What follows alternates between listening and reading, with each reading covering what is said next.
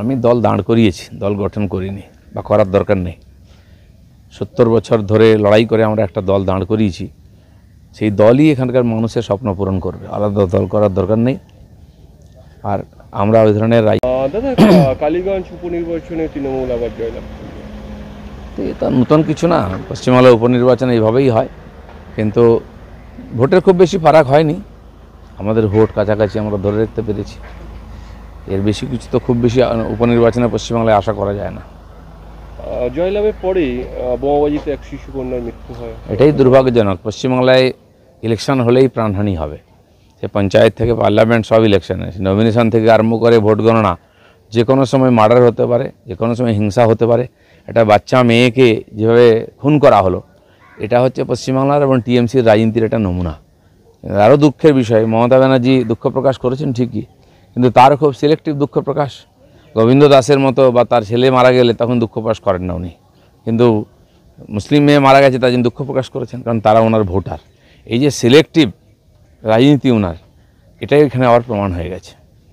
একটু কান পাতলে একটা কথা শোনা যাচ্ছে, সেটা হচ্ছে আপনি নাকি নতুন দল গঠন করছেন এখন। আমি দল দাঁড় করিয়েছি, দল গঠন করিনি বা করার দরকার নেই। 70 বছর ধরে লড়াই করে আমরা একটা দল দাঁড় করিয়েছি, সেই দলই এখানকার মানুষের স্বপ্ন পূরণ করবে, আলাদা দল করার দরকার নেই। আর আমরা ওই ধরনের আমি দল দাঁড় করিয়েছি, দল গঠন করিনি বা করার দরকার নেই। 70 বছর ধরে লড়াই করে আমরা একটা দল দাঁড় করিয়েছি, সেই দলই এখানকার মানুষের স্বপ্ন পূরণ করবে, আলাদা দল করার দরকার নেই। আর আমরা ওই ধরনের দাদা কালীগঞ্জ উপনির্বাচনে তৃণমূল আবার জয়লাভ করবে।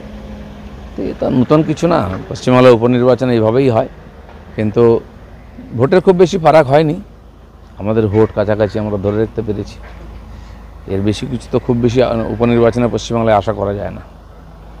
জয়লাভের পরেই বোমাবাজিতে এক শিশুকন্যার মৃত্যু হয়, এটাই দুর্ভাগ্যজনক। পশ্চিমবাংলায় ইলেকশন হলেই প্রাণহানি হবে, সে পঞ্চায়েত থেকে পার্লামেন্ট সব ইলেকশনে, নমিনেশন থেকে আরম্ভ করে ভোট গণনা, যে কোনো সময় মার্ডার হতে পারে, যে কোনো সময় হিংসা হতে পারে। একটা বাচ্চা মেয়েকে যেভাবে খুন করা হলো, এটা হচ্ছে পশ্চিমবাংলার এবং টিএমসির রাজনীতির একটা নমুনা। আরও দুঃখের বিষয়, মমতা ব্যানার্জি দুঃখ প্রকাশ করেছেন ঠিকই, কিন্তু তার খুব সিলেক্টিভ দুঃখ প্রকাশ। গোবিন্দ দাসের মতো বা তার ছেলে মারা গেলে তখন দুঃখ প্রকাশ করেন না উনি, কিন্তু মুসলিম মেয়ে মারা গেছে তার জন্য দুঃখ প্রকাশ করেছেন, কারণ তারা ওনার ভোটার। এই যে সিলেক্টিভ রাজনীতি ওনার, এটাই এখানে আবার প্রমাণ হয়ে গেছে। একটু কান পাতলে একটা কথা শোনা যাচ্ছে, সেটা হচ্ছে আপনি নাকি নতুন দল গঠন করছেন এখন।